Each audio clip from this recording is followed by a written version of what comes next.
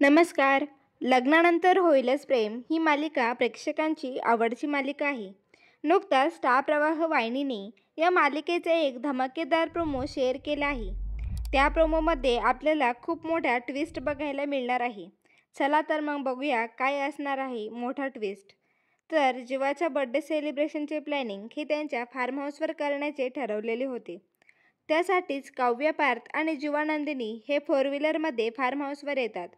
तेव्हा पार्थ सगळ्यांना म्हणतो, आलं फार्म हाऊस.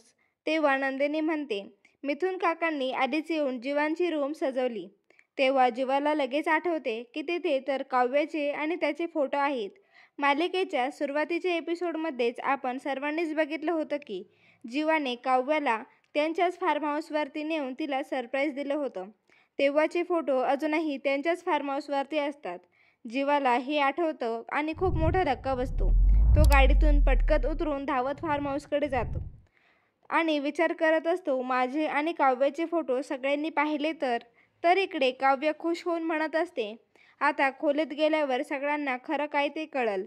पार्थ आणि नंदिनीला जीवाचा असा पळत का गेला हे कळतच नव्हतं. मग शेवटी पार्थ आणि नंदिनी तिघेही रूममध्ये जाऊन बघतात तर त्यांच्या चेहऱ्यावरचे हावभाव हे मात्र शॉकिंग असतात. पण तिथे फोटो असतात की नाही हे प्रोमोमध्ये दाखवलेले नाही. मला तर वाटतं त्यांना काव्य आणि जीवाचे ते फोटो बघायला मिळणार नाही. कारण मिथुन काकांनी आधीच येऊन तिथं आवराआवर केलेली असते, रूमही सजवलेली असते. त्यामुळे काव्य आणि जीवाच्या प्रेम प्रकरणाबद्दल फक्त मिथुन काकालाच समजणार आहे असं मला तरी वाटते.